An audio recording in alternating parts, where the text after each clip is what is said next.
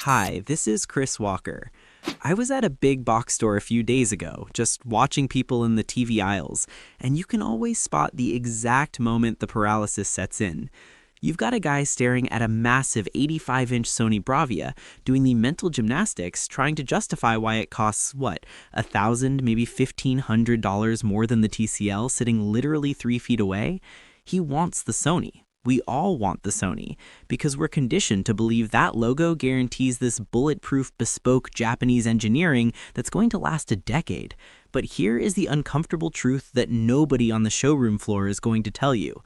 That era, it's done. Sony is losing the TV hardware war so badly right now, their global market share is bleeding out somewhere under 2% that they just threw their hands up. They are quietly carving out their entire TV manufacturing division and handing a 51% controlling stake straight to TCL. The exact company building the budget TV you're trying to avoid is about to be the one running the Sony factory. It's getting worse for buyers because very soon you might just be paying a massive premium for a ghost, an outsourced shell. If you're upgrading your home theater this year, we need to have a serious talk about what you're actually buying before you make a massive mistake.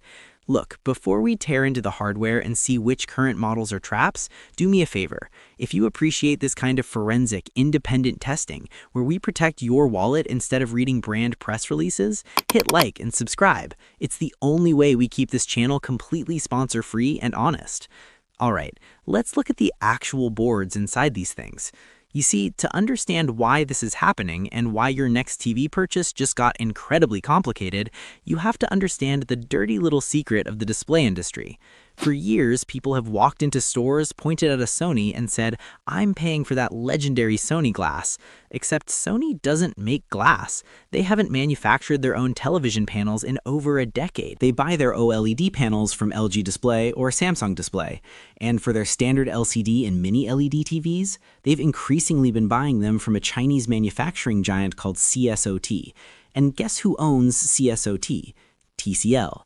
So the reality, the actual physical reality of the hardware has been shifting for a long time. But what's happening right now in 2026 is the final nail in the coffin. The profit margins on manufacturing hardware are so brutally thin, we're talking razor thin, that Sony's global market share has just completely bled out. It recently slipped below 2%. 2%. Legacy Japanese brands have just been entirely squeezed out of the top 5. So Sony looked at the math, looked at their massive profits from PlayStation, from anime, from their image sensors, and basically said, why are we fighting a losing war? So they formed a joint venture. Starting in 2027, TCL holds a 51% controlling stake in Sony's home entertainment division. TCL will handle the product development, the manufacturing, the supply chain, the sales logistics, everything. I know what you're thinking. You're thinking, okay, Chris, but the box will still say Bravia. The processing chip will still be Sony. Does it actually matter? Look, I'll be honest with you. Yes, it matters massively because you are paying a premium, a massive thousands of dollars premium for an illusion of bespoke hardware that just doesn't exist anymore. Let's look at the current heavyweight, the TV that a lot of you are probably eyeing right now if you have the budget, the Sony Bravia 9, or even the step-down version Bravia 7. The Bravia 9 is an absolute monster of a television. On paper, and even in our lab testing, it is stunning. Sony packed this thing with their XR backlight master drive. They're using these microscopic mini-LED drivers that they custom designed to control the dimming zones with absolute pinpoint precision. When you watch a high bitrate 4K movie on this thing, the black levels are so deep, and the specular highlights, like a flashlight pointing at the camera or the sun glinting off a car windshield, are so blindingly bright, you'd swear you were looking at an OLED, but without the burn-in risk. It's brilliant engineering. It really is. The processing is class-leading. Sony has always been the king of motion handling and upscaling bad, low bitrate YouTube videos to make them look clean. But here's where it gets weird. You are paying around $3,000 to $4,000 for an 85-inch Bravia 9. If you walk one aisle over, you can look at TCL's flagship mini-LED, the company that is literally about to take over Sony's manufacturing. That TCL TV has thousands of dimming zones. It gets aggressively, almost painfully bright. It uses a panel manufactured in the exact same CSOT facilities, and it costs less than half the price. Half! Are Sony's image processing algorithms better? Yes, they are. If you put them side by side in a dark room and stare at the shadow detail in a dark scene from The Batman, the Sony resolves the grays a little bit cleaner. But is it $2,000 cleaner? No, not even close.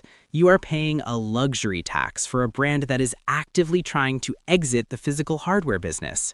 And that leads us to the hidden risk, the thing that literally keeps me up at night when I think about people dropping this kind of money.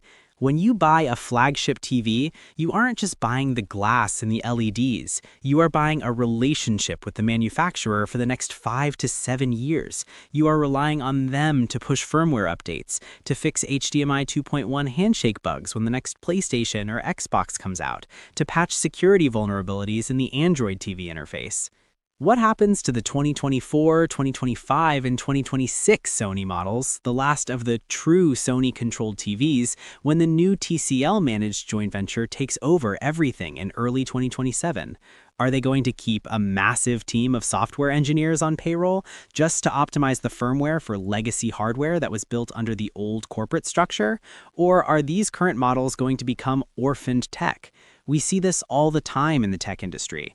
A division gets spun off, a merger happens, and suddenly the legacy products are quietly abandoned. The updates slow down, the bugs don't get patched. You spend $4,000 on a TV, and 3 years later, it feels sluggish, abandoned, and outdated, while the new TCL Sony hybrid models get all the attention and the new features. It's a massive hidden risk. The showroom illusion tells you that buying the most expensive, most premium brand is the safe choice, the buy once, cry once philosophy. But in a transitional market like this, buying the premium legacy brand is actually the most dangerous thing you can do for your wallet.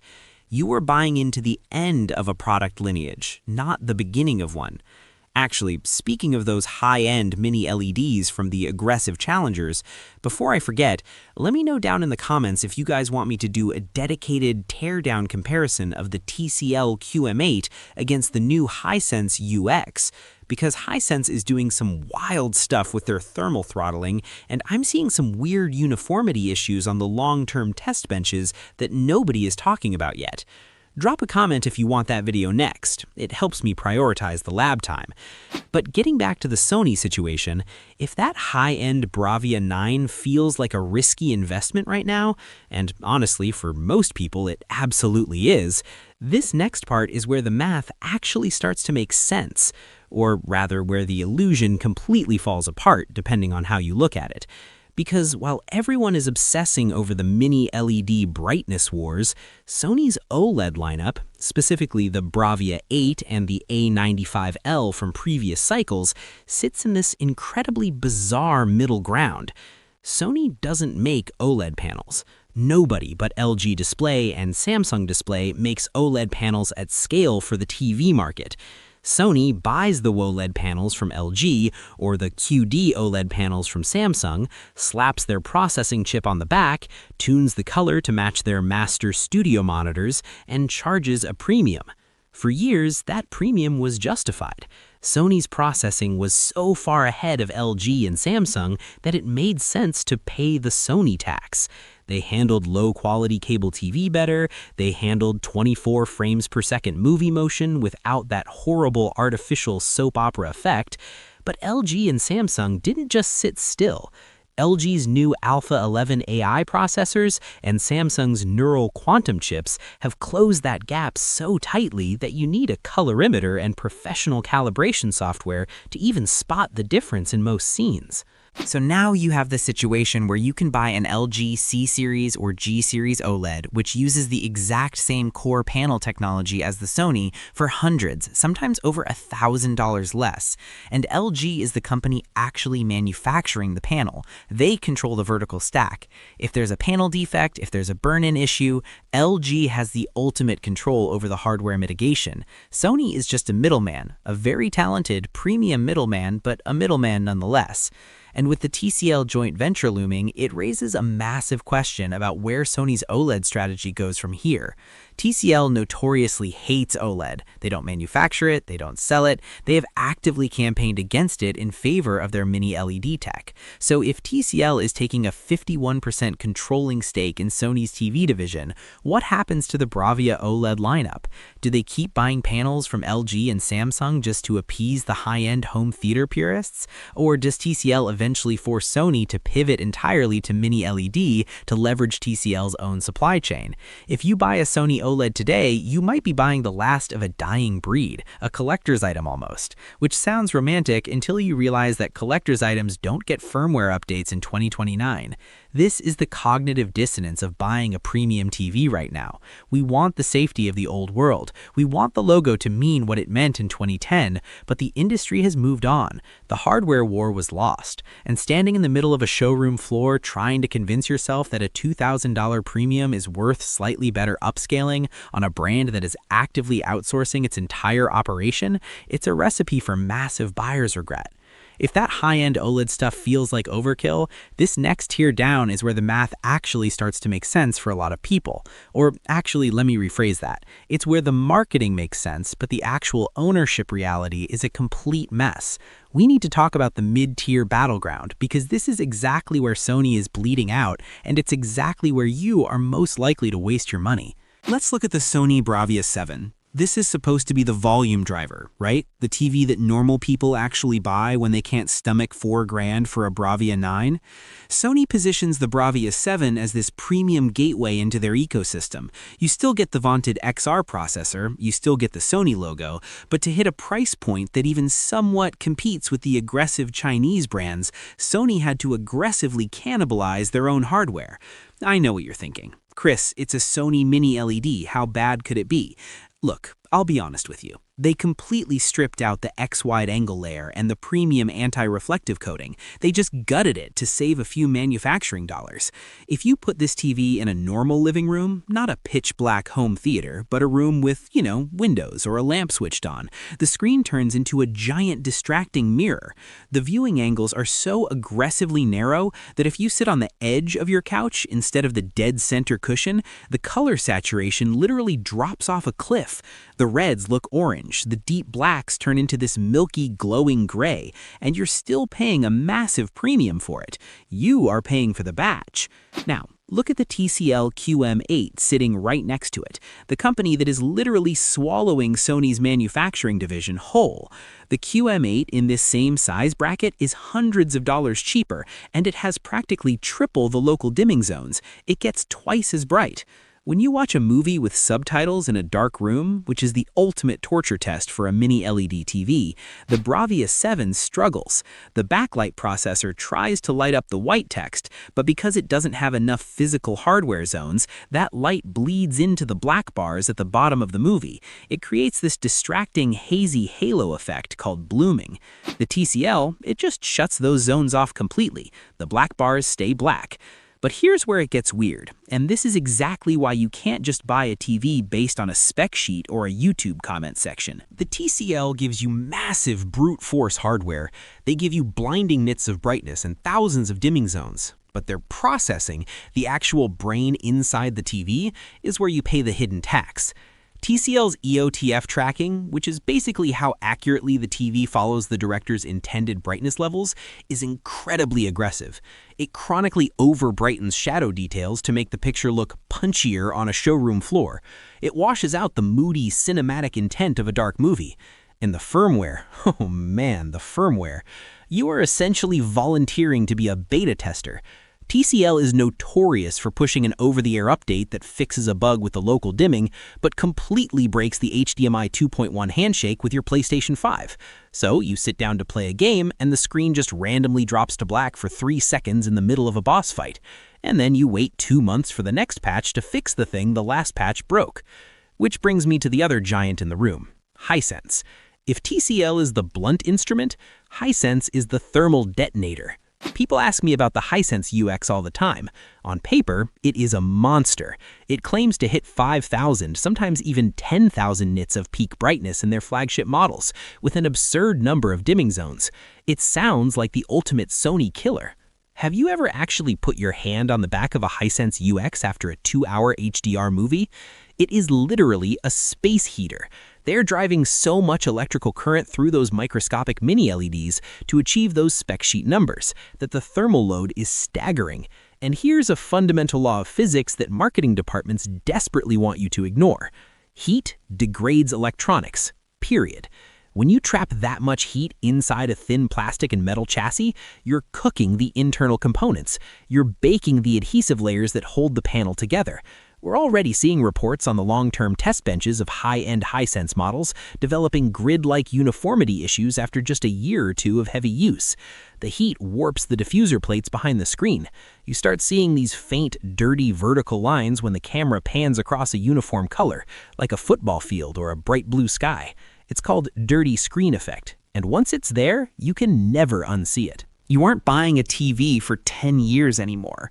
With these hyper-driven, budget-priced light cannons, you are buying a 2 to 3 year rental before the thermal degradation starts driving you crazy. So what do? If the legacy Sony brand is abandoning its hardware and the Chinese challengers are treating you like a beta-testing thermal experiment, where is the safe money? This is why, for the last year, I keep dragging people back to the LG C4 and G4 OLEDs. And I know, the immediate pushback. Every time I say the word OLED, half the comments immediately scream, "Burn-in, I'm not risking burn-in." Let's ground this in reality for a second. If you watch CNN for 12 hours a day, every single day, with the bright red breaking news ticker cemented to the bottom of the screen, yes, you will burn an OLED. Do not buy one. Go buy a cheap LCD and accept the blooming. But for 95% of normal human beings, the people who watch a couple of movies a week, play a few hours of varied video games, and stream a mix of different YouTube channels, burn-in is largely a ghost story in 2026. LG is the company that actually manufactures the physical panel. They aren't a middleman like Sony. They control the vertical stack.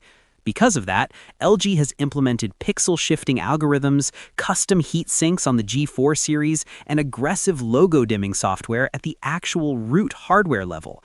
They know exactly how far they can push their own glass. When you buy an LG C4 or G4 right now, you aren't playing the panel lottery in the same way you are with outsourced mini-LEDs. You're getting predictable, established hardware from the people who actually designed the factory it was built in.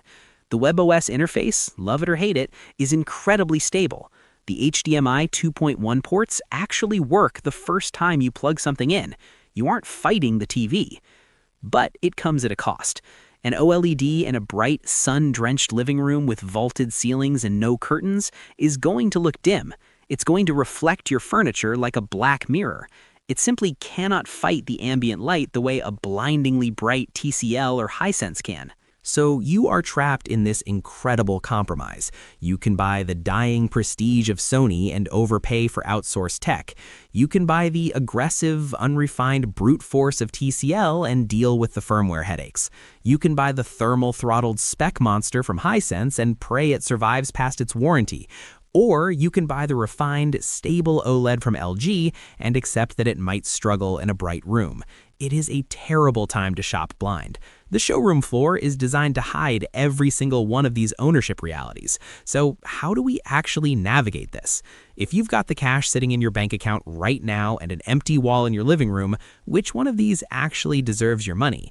We need to break these down not by what the box says, but by who you actually are as a viewer. Because the best TV doesn't exist anymore. There is only the safest TV for your specific room. Look, if you have a living room like that, the kind of room where the afternoon sun just completely blasts the wall, or you have recessed lighting everywhere that you refuse to turn off, you kind of have to look at the mini LEDs. You just do. An OLED is going to look like a giant black mirror in that environment. And this is where we have to talk about the best value category. Because on paper, the TCL QM8 or the newer QM8K iteration absolutely destroys everything else in its price bracket. It just does. If you are strictly a spec chaser, or if you just want the absolute brightest, most violently punchy HDR experience for under $2,000, the TCL is the TV you buy. But, and this is a massive structural but that you need to understand before you hand over your credit card, you are accepting the role of an unpaid beta tester. You have to be the kind of person who is completely okay with jumping into Reddit forums on a Tuesday night to figure out why your eHark audio port suddenly stopped talking to your soundbar after a random firmware update. You have to be okay with navigating a Google TV interface that occasionally just hangs for 3 seconds because the internal processor is overwhelmed. If you can stomach the software quirks and you just want the raw hardware power that TCL is essentially using to push Sony out of the manufacturing business, it is the best financial value on the board. Just buy an extended warranty, seriously. But what if you don't want to fight your television? What if you just want to sit down on a Friday night, turn the thing on, and actually watch a movie the way the director intended, without worrying about thermal throttling or broken HDMI handshakes? This brings us to what I realistically have to call the best overall TV for the vast majority of people watching this right now. And it's not the Sony. It's the LG C-Series OLED. Whether you find a closeout deal on last year's C4 or step into the new C5, this is where the safety is. And I say that not because it has the highest peak brightness numbers. It doesn't. I say it because of the ownership reality. LG Display makes the panel. LG Electronics builds the chassis, writes the software, and tunes the processor. They own the entire vertical stack. When you buy this TV, you are buying a mature, highly refined piece of hardware from a company that isn't trying to figure out its supply chain identity. The motion handling is predictable. The gaming features, the VRR, the 144 Hz support, they actually work right out of the box without requiring you to deep dive into hidden developer menus. The color accuracy in filmmaker mode is so tightly calibrated that you're essentially getting a studio reference monitor in your living room. For anyone putting a TV in a bedroom, a basement, or a standard living room where you can pull the blinds shut, the LG C-Series is the fortress of solitude in a market that is currently losing its mind. Which leaves us with the elephant in the room, the Sony Bravia 9, the absolute pinnacle of their mini-LED engineering.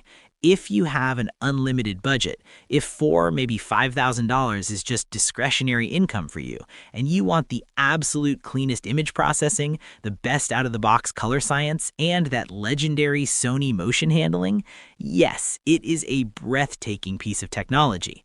But you have to buy it knowing exactly what it is. It's a swan song. You are buying the final chapter of a legacy before the TCL joint venture completely rewrites the DNA of what a Sony TV actually is.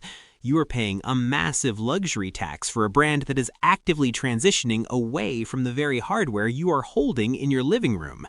For a select few purists, that history and that processing power might be worth the premium, but for everyone else, it is an incredibly dangerous place to park your money right now.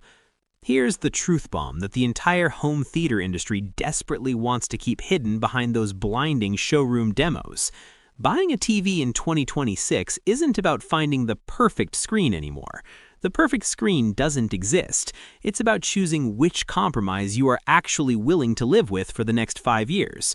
Are you willing to live with TCL's buggy software to get that blinding brightness? Are you willing to live with OLED's lower peak nits to get LG's stability and perfect black levels? Or are you willing to drastically overpay for a Sony badge just to cling to the ghost of a manufacturing era that is already over? Look, I know how overwhelming this gets when you actually have the TV sitting in your online cart and your finger is hovering over the checkout button. The anxiety of making a $2,000 mistake is real.